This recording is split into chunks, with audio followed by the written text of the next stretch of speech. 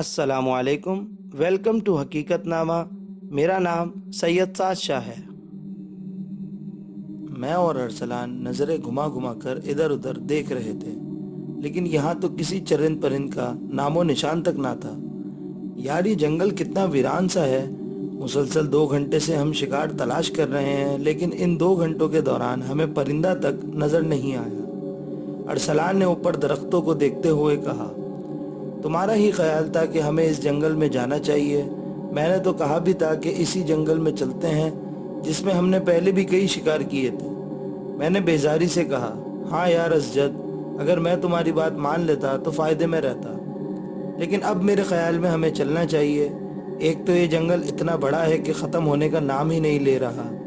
ارسلان نے مایوسی سے کہا، نہیں، میرا خیال ہے ہمیں تھوڑا آگے جانا چاہیے، شکار مل ہی جائے گا۔ میں نے چلتے چلتے کہا اور ارسلان نہ چاہتے ہوئے بھی میرے ساتھ آگے چلنے لگا۔ آج موسم بہت ہی خوشگوار تھا، آسمان پر کالے کالے بادل چھائے ہوئے تھے۔ میری نظر میں آج شکار کے لیے موسم بہت اچھا تھا، لہٰذا میں نے ارسلان کو فون کر کے اپنے گھر بلایا اور اسے شکار پر چلنے کو کہا تو وہ تیار ہو گیا۔ میں نے اپنی ریوالور اٹھائی اور ہم دونوں جنگل کی طرف چل پڑے۔ جب ہم جنگل میں داخل ہوئے تو اس وقت شام کے 5 بج رہے تھے۔ اس جنگل میں ہم آج پہلی بار آئے تھے۔ ارسلان کے ہی کہنے پر میں اس جنگل میں آیا تھا، ورنہ میرا ارادہ تو دوسرے جنگل میں جانے کو تھا۔ ابھی ہمیں یہاں آئے ہوئے 2 گھنٹے ہو چکے تھے، لیکن ہمیں کوئی بھی شکار نہیں ملا تھا۔ یار اسجد، اب ہمیں واپس چلنا چاہیے۔ میں تو بہت زیادہ تھک گیا ہوں اور ابھی تھوڑی ہی دیر میں اندھیرا بھی پھیلنے والا ہے۔ ارسلان نے ڈوبتے سورج کو دیکھتے ہوئے کہا۔ میں نے رک کر ایک نظر سورج کو دیکھا جو بس ڈوبنے ہی والا تھا۔ ہاں یار، کہتا تو ٹھیک ہے، ابھی بھی ہمیں جنگل سے نکلتے ہوئے اندھیرا تو پھیل ہی جائے گا۔ میں نے پریشانی سے کہا۔ ابھی ہم آپس میں باتیں ہی کر رہے تھے کہ ہمیں اپنے پیچھے کسی کے غرانے کی آواز آئی۔ جب ہم نے پیچھے دیکھا تو ہمارا سانس اوپر کا اوپر ہی رہ گیا۔ ہمارے سامنے ایک بہت ہی خوفناک بلی کھڑی گرا رہی تھی۔ وہ عام بلی بہت ہی بڑی تھی، اس کا رنگ کالا اور سیاہ تھا اور آنکھیں انگاروں کی طرح سرخ تھی۔ آج ہم نے زندگی میں پہلی بار اتنی بڑی بلی دیکھی تھی۔ وہ گراتی ہوئی ہماری طرف بڑھی۔ میں نے ریوالور سنبھالی اور اس کا نشانہ لے کر فائر کر دیا۔ میں خوش ہو رہا تھا کہ میرا نشانہ بالکل ٹھیک ہے، لیکن میری خوشی ایک دم ہی پریشانی میں بدل گئی تھی، کیونکہ گولی اس کے سر میں سے ہوتی ہوئی درخت میں جا لگی تھی، لیکن اس بلی کو کچھ بھی نہیں ہوا تھا۔ گولی اس کے سر سے ایسے گزر گئی جیسے وہ بلی نہ ہو بلکہ ہوا ہو۔ میں اور ارسلان خوفزدہ نظروں سے اسے دیکھ رہے تھے۔ میں نے سوچا، ہو سکتا ہے میرا نشانہ غلط ہو گیا ہو اور گولی بلی کو لگنے کے بجائے درخت میں جا لگی ہو۔ اس سے پہلے کہ وہ بلی مجھ پر حملہ کرتی، میں نے ایک اور فائر کر دیا، لیکن گولی پھر سے اس کے جسم سے گزر گئی، لیکن اسے کچھ نہ ہوا اور گولی بلی کو لگنے کے بجائے درخت میں جا لگی ہو۔ اس سے پہلے کہ وہ بلی مجھ پر حملہ کرتی، میں نے ایک اور فائر کر دیا، لیکن گولی پھر سے اس کے جسم سے گزر گئی، لیکن اسے کچھ نہ ہوا۔ بھاگو یہاں سے، ارسلان نے چیخ کر کہا اور ایک طرف کو بھاگا۔ میں ابھی بھاگنے ہی والا تھا کہ اس بلی نے مجھ پر چھلانگ لگا دی اور میں دور جا کر گرا۔ ریوالور میرے ہاتھ سے چھوٹ کر دور جا گری۔ مجھے کافی زخم آئے تھے، لیکن میں ان زخموں کی پرواہ کیے بغیر ہی اٹھ کھڑا ہوا اور ایک طرف بھاگ کھڑا ہوا۔ چھوٹے چھوٹے راستوں کو پھلانگتا ہوا میں بھاگ رہا تھا۔ میں کسی طرف جا رہا تھا اس کا مجھے کچھ علم نہیں تھا۔ مجھے آہستہ آہستہ بڑھتے ہوئے اندھیرے سے بھی خوف آ رہا تھا۔ میرے پاؤں میں کانٹے دار جھاڑیوں کے کانٹے چبھ رہے تھے۔ کہیں کہیں درختوں سے ٹھوکر کھا کر گرنے سے میرا جسم کافی زخمی ہو گیا تھا، لیکن میں ان زخموں کی پرواہ کیے بغیر صرف ایک بے نام منزل کی طرف بھاگ رہا تھا۔ مجھے ڈر تھا تو صرف اس بلی کا تھا۔ میرا پورا بدن پسینے سے شرابور تھا۔ میں بھاگتے بھاگتے کافی تھک گیا تھا۔ میں نے رک کر پیچھے کی طرف دیکھا، لیکن اس بلی کا نام و نشان تک نہیں تھا۔ میں نے وہیں بیٹھ کر گہری گہری سانسیں لینا شروع کر دی۔ اندھیرا کافی پھیل چکا تھا۔